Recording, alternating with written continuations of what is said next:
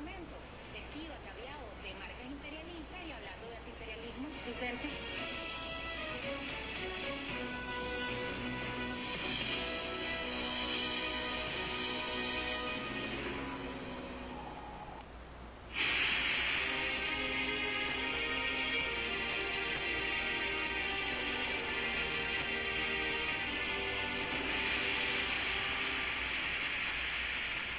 Continuamos conversando con la ex primera dama, la señora Marisabel Rodríguez, y quedó pendiente un tema importantísimo, el proyecto de reforma constitucional.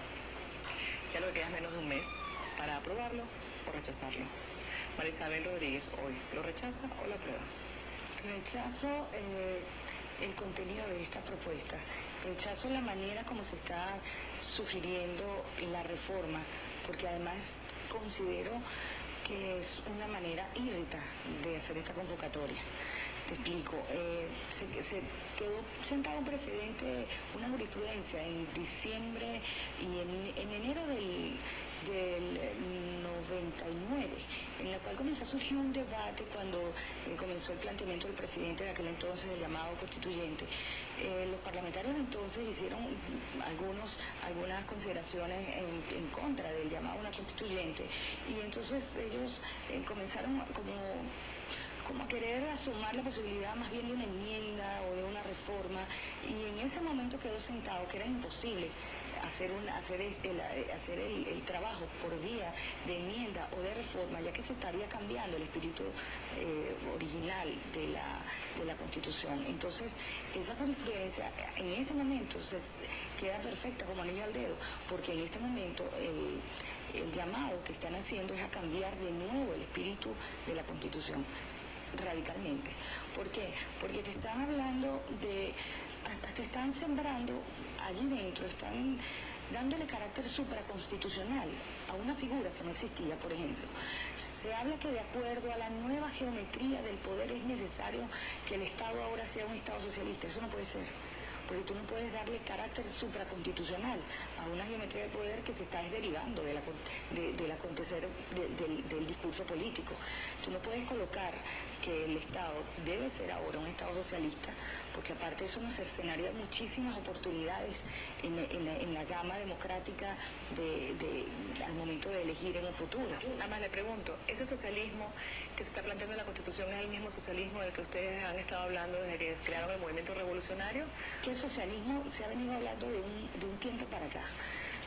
Realmente hay principios socialistas que comulgamos con ellos, que estamos seguros pueden conllevar a cualquier administración a generar un estado de bienestar, de garantías, un estado de equidad, de equilibrio entre las partes de una nación.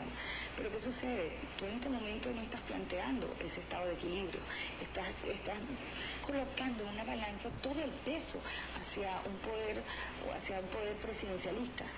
Y eso es eso en este caso sería uno de los gravísimos errores que estaría contemplándose en esta reforma, que desequilibra totalmente los poderes. Por lo menos en la Constitución del 99 consideramos 5 poderes, los cuales enuncian que debe estar, por ejemplo, el Ejecutivo supeditado al moral, el Ejecutivo supeditado al electoral, y que debe trabajar conjuntamente y equilibradamente con el poder legislativo. Ahora estás haciendo una concentración absoluta de poder, y eso, aparte, cuando estás restando la posibilidad al soberano de elegir sus representantes a través del sufragio, como lo dicen otros de los artículos, entonces estás despedazando una Constitución que realmente es producto de una discusión válida y además legítima, porque recuerden muy claro que esas discusiones fueron al pueblo. Nosotros hicimos una cantidad de recorridos en los grupos constituyentistas por todo el país. ¿Eso es lo que dice ahora la Asamblea que hizo con esta propuesta de reforma? No. Mentira. ¿Por qué? Mentira.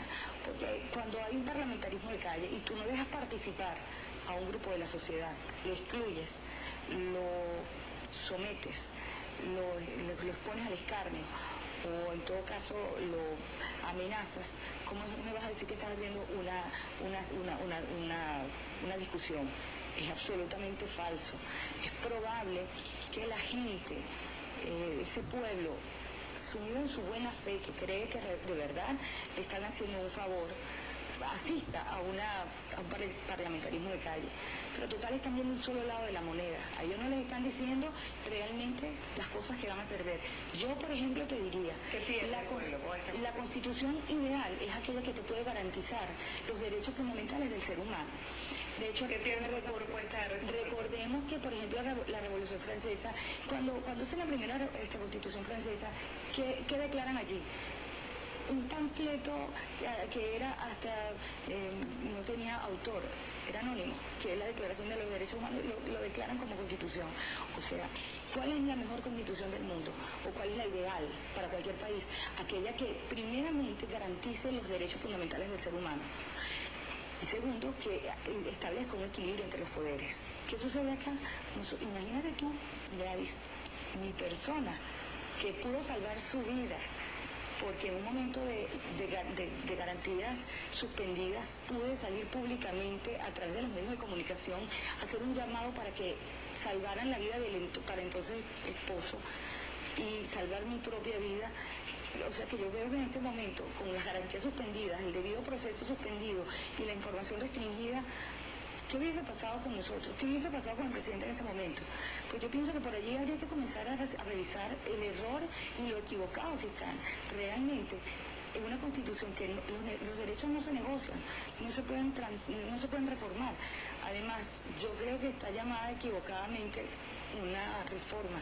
Esto es una transformación de la Constitución, porque está transformando, como te dije al principio, el espíritu original y originario de la Constitución. Cosa que ¿Es un error? ¿Es un error o es un proyecto político? No, es que para mí es un error. ¿Es un error del presidente o es un proyecto muy bien definido, muy claro, más que un error? Porque para ese grupo evidentemente no tiene por qué ser una equivocación. Porque tú no necesitas, para combatir la corrupción, para combatir la inseguridad, para combatir el desabastecimiento, para combatir el desempleo, para combatir la improductividad del campo, para combatir la improductividad del sector agrícola, agroindustrial, para combatir todas esas cosas que nos están aquejando, tú no necesitas cambiar una constitución. Tú simplemente necesitas crear los mecanismos de eficacia en tu gestión. Necesitas devolverle a la gente la capacidad adquisitiva. Necesitas devolverle a la gente la confianza en su sistema judicial, en su sistema legislativo, la confianza en su sistema. Nosotros hicimos un poder moral, ¿para qué? Si es que se creó un poder moral y hay una retórica de que el poder moral era el que iba a encargarse de ser justiciero, de exigirle a los funcionarios públicos que tenían que tener probidad, honestidad. Entonces explícame tú ahora cómo tú estás proponiendo que haya, por ejemplo, dos administraciones públicas. Una a la que llaman burocrática, que se encargaría de, ¿sabes? Como lo rutinario, los gastos de alcaldía, los gastos, como dijéramos en una casa, agua, luz, teléfono y gas. No, se va a encargar de los recursos, del manejo de los recursos rutinarios de alcaldías, gobernaciones, pero va a haber, y esa va a estar sometida a control. La otra no. Pero va a haber otra administración pública, aquella es, según nuestra Constitución, está en función de la ciudadanía. Esta que está creándose nueva, que se pretende crear nueva, escúchenlo muy bien, es una administración pública al servicio de los funcionarios para que puedan ejercer un trabajo con los consejos comunales, con los bancos comunales, y no va a estar sometida a ningún tipo de control. ¿Tú sabes cuánta cantidad de corrupción se ha demostrado y se ha comprobado? Casos de corrupción desde los más simples, cooperativas que les dan contratos para hacer 100, 200 de eso vamos a hablar al regreso, porque nuevamente me tengo que ir a comerciales y en breve tocaremos ese punto, el de la corrupción.